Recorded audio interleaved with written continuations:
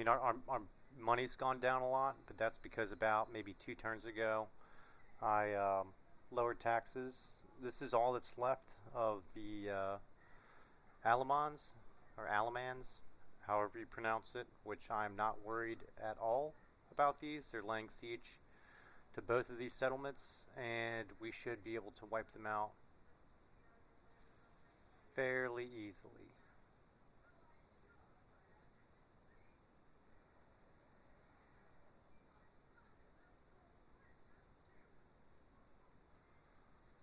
They don't have particularly large armies, and a lot of their units are not full strength. So just kind of giving a recap of the last couple turns. What we've been doing is public order has more or less been stabilized. We're upgrading these main settlement buildings just so that once this is finished upgrading, um, we'll be able to turn these into fortified towns, which means that they'll have walls as soon as possible. Um, the Franks have ended their non-aggression pact with us, but it's fine because this is really the only place that they can attack. Um, and even though it's not a huge garrison, I'm not particularly worried about it because this is one of those settlements that has that bridge, so we could just run our garrison across the bridge and really do a number on whatever armies choose to attack. I've actually defended cities like this, that's that has the bridge with just the basic garrison against a full stack army. It's 100% doable. It's not easy, but it is 100% doable. All you do is you just set up on the end of the bridge. Everybody gets all bunched up on the bridge, and then you just use your scout equites to take out their missile units, um, to kill off any of their routing units, do some rear charges. So it's not that bad. So I last turn I raised this army here because out of nowhere, um, there was an army of Jutes that sailed over here, and I don't know what they were doing. We have a non-aggression pact with them and a trade agreement. Um, or was it the Jutes or was it the Geats? It was the Geats. We have a non-aggression pact and a trade agreement, but they sailed an army over here, and they were like right here, um, and it was a full stack army, um, and this was in range of their army. So I was like, yeah, I don't know if it's legendary difficulty, so everybody's like super sketchy as far as the politics are concerned. So I didn't know if they were about to end their non-aggression pact and attack the same turn, which does happen. Um, a lot of times it won't, but I have seen it happen where you have trade agreements and non-aggression pact, and all of a sudden they declare war on you. So just as a precautionary measure, I put this army here and just hired a bunch of mercenaries. That way we weren't waiting for the waiting a turn to recruit these guys. So probably what I'm going to do is I'm actually going to sail these guys down here. They've moved their army away. And if they don't attack this turn, then we're going to attack them next turn. And then we're going to disband all three of these armies. Let's see what else. We got the Huns showing up. We're not at war with them yet. Um,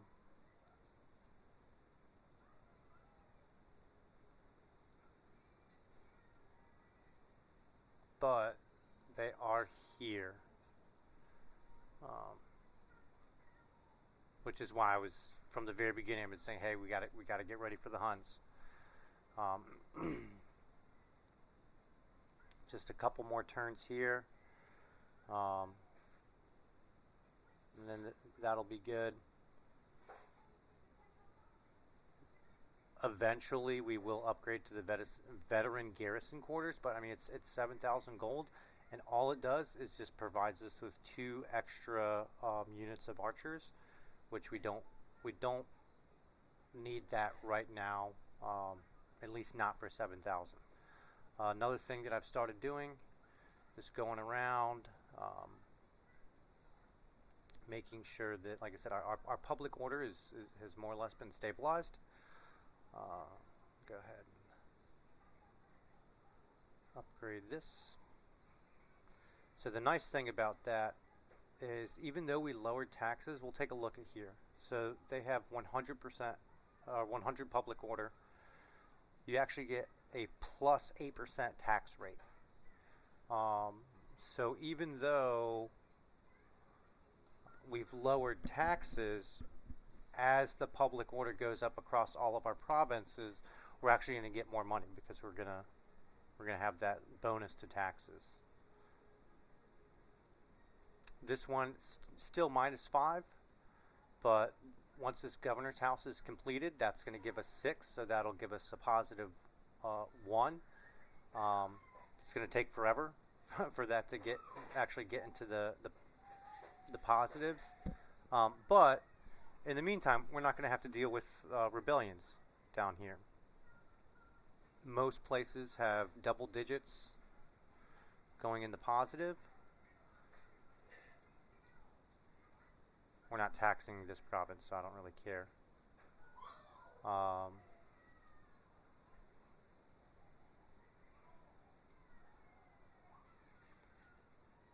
Yep, everything's looking good. I've also started building the Latin Christian buildings. The reason being is we're going to start getting public order penalties due to religious differences. It's like right here, religious differences is -3. That's only going to get worse if we don't do anything about it. Also,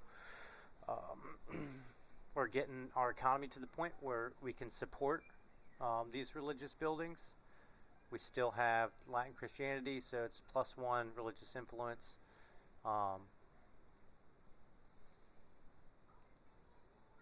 So Latin Christianity is still going up.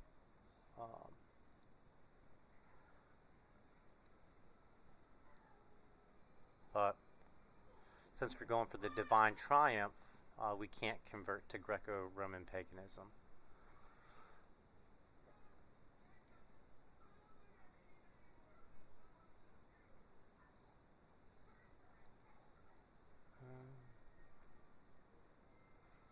Yeah, once we get this, we'll be able to build the Capitol building, and that'll help out with this public order as well.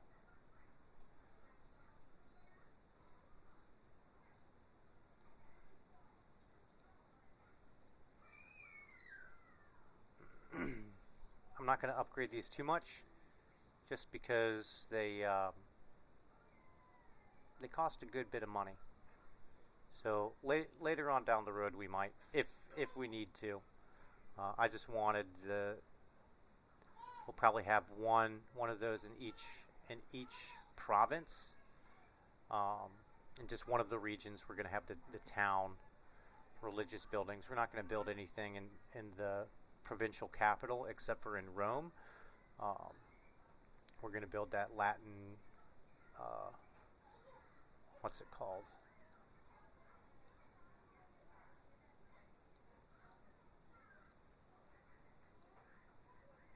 This one, Patriarchal See, the Latin Patriarchal See, we're going to build in Rome, and that's going to be the only city religious building that I plan on building. And the only reason we're building that is because that's a victory condition. All right, so this is -1, but next turn this is going to jump up 6, so that'll be positive 5.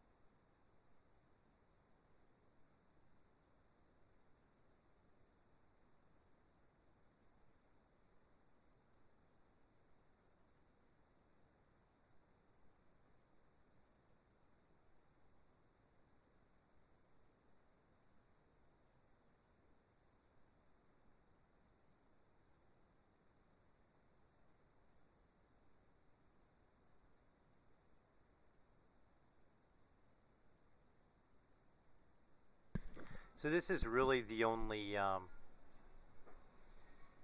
region that we're going to have that public order is going to be an issue. Um,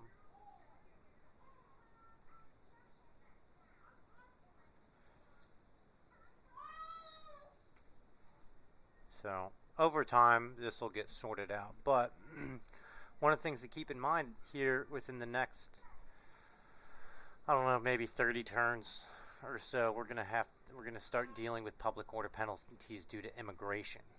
Um, so that's something that we're gonna have to be ready for.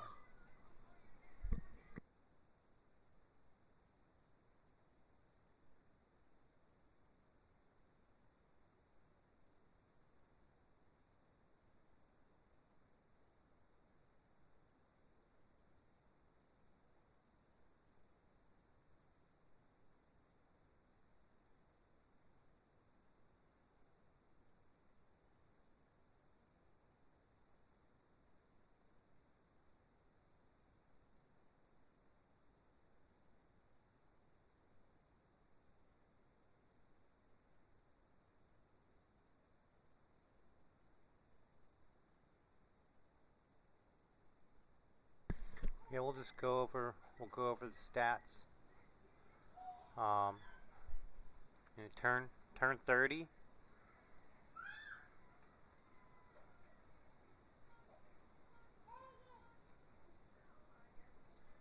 Fought 162 battles. All of them were fought personally. None of them were auto resolved. As you can see, 96 of them were settlement battles. Those are all the settlement battles and the siege battles. Hold on.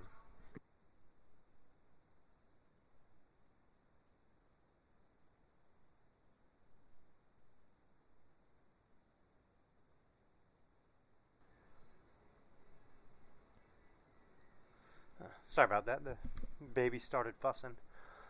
So we fought all the battles personally. Um, the overwhelming majority of these are rebellions, um, which isn't.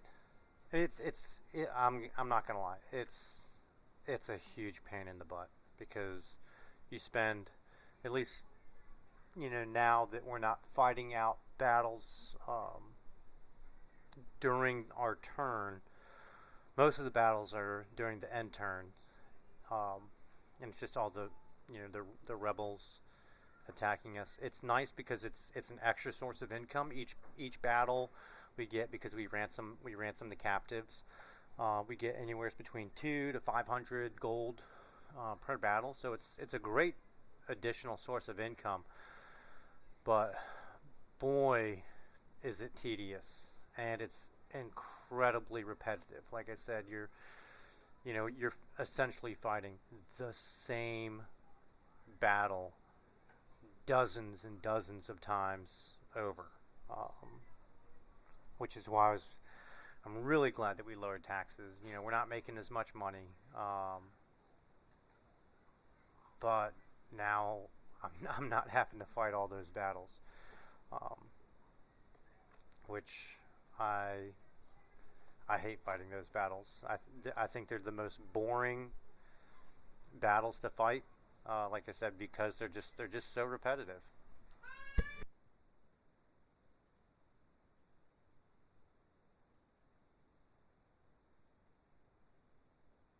But just kind of recap here.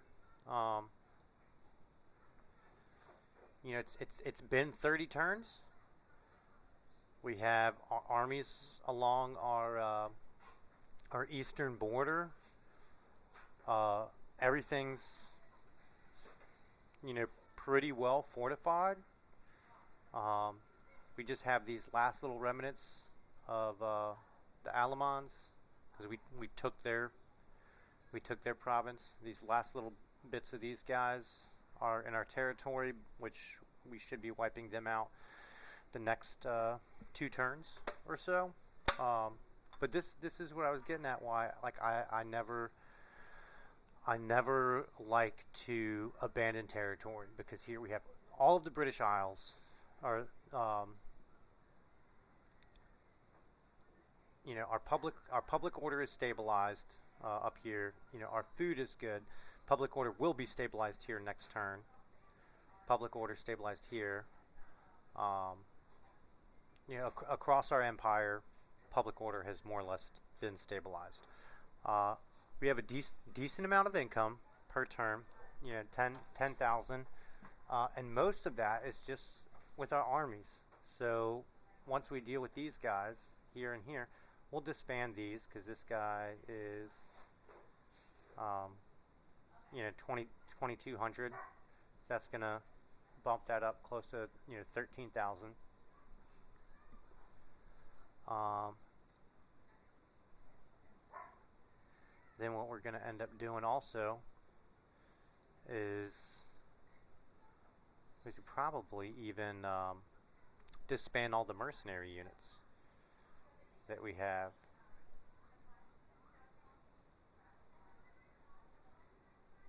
And we might just go ahead and do that. Yeah, we're going to go ahead and do that. We're going to keep the archers because we can put those on the walls here.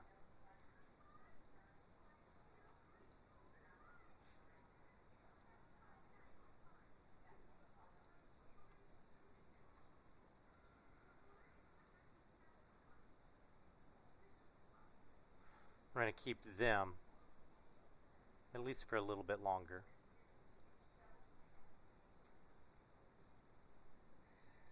We'll keep them too.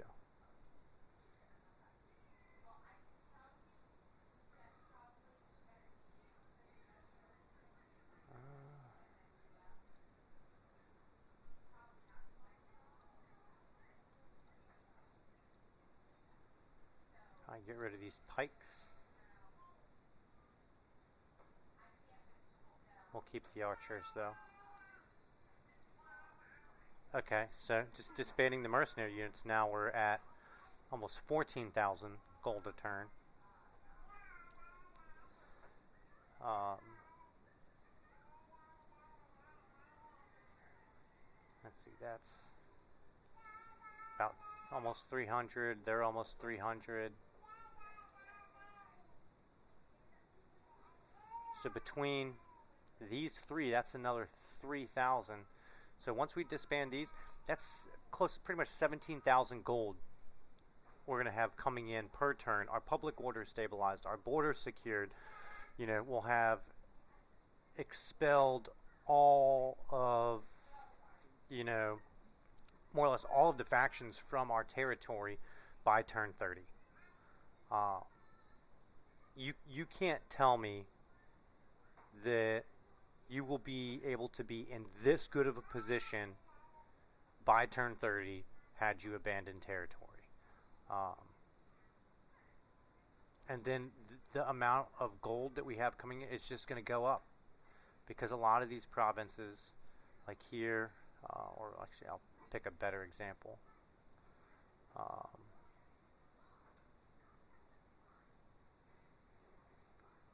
So tax rate -4%. So we have tax penalties still in a lot of our provinces, but they're going to go away, and then we're actually going to get bonuses. We're going to get +8% bonuses as they increase.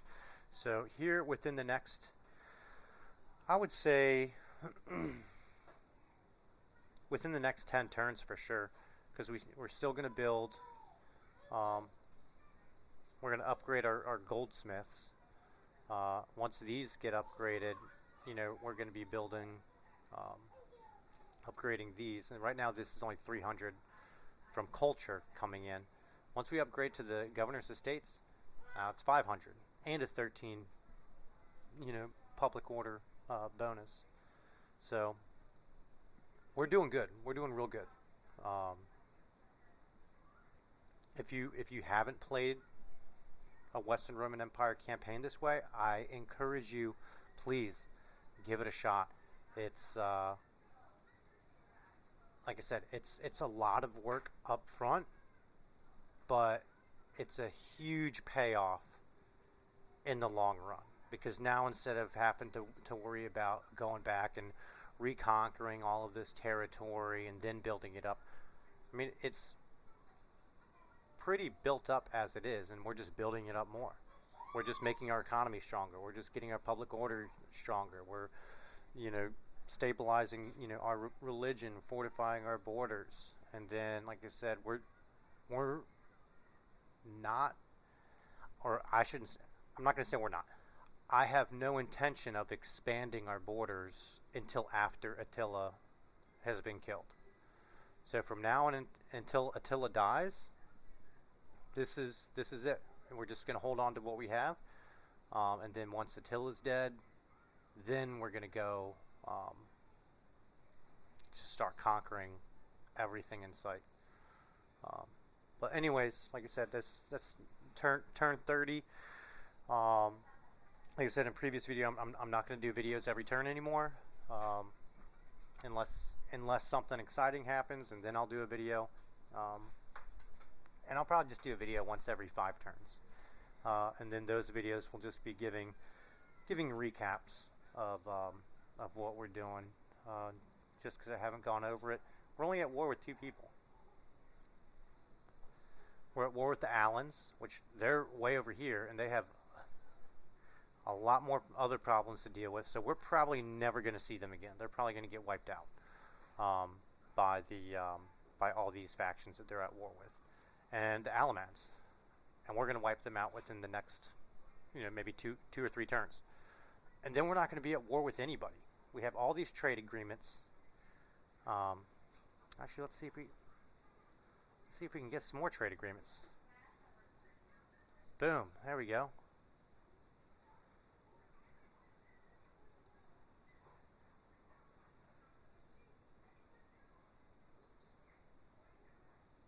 No.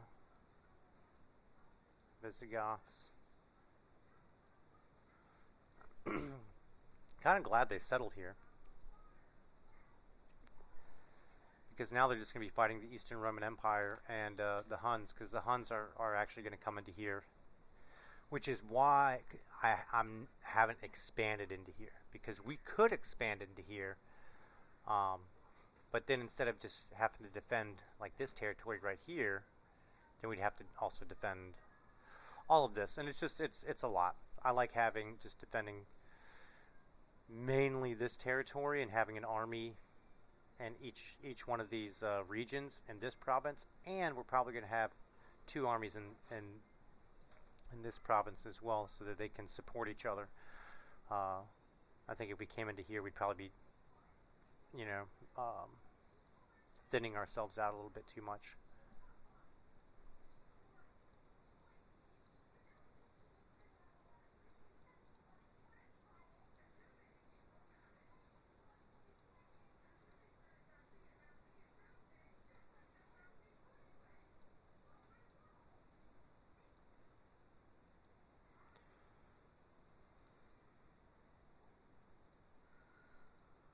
Now these guys are supposed to... we were improving. Yeah, we're still improving. Jutes. I don't want to do anything with them, because they're at war with all these guys, and if we have any sort of diplomatic, uh, do any sort of diplomacy with them, it's gonna piss all them off, and I don't want to do that. But anyways, that's it. That's it for this video. I hope you like it. If you do, please give the video a like. If you know of anybody that plays Attila, has played the Western Roman Empire, hey, give Either this video or better yet the playlist. share it, because there's, like I said, there's a lot of people that think that the only way to play Western Roman Empire, or the best way to play Western Roman Empire on legendary difficulty, is to abandon territory. And hopefully, um, I've proved to you guys that it's not necessarily the best way, and that there are, if not, there are better options in my opinion out there. I think this is a much better way of doing it. And if we were converting to Greco-Roman paganism, we'd be in an even better position, because then we'd be building, the theaters, which they give tons of money, and um, all that good stuff. So as long as you're not trying to get to divine triumph, um, yeah, build up those theaters, convert to Greco-Roman paganism, and like Western Roman Empire, it's a challenging campaign, but it's absolutely doable, and I think it's one of the funnest campaigns I've ever had in any of the Total War games. So thank you for watching, and we'll check in on turn 35.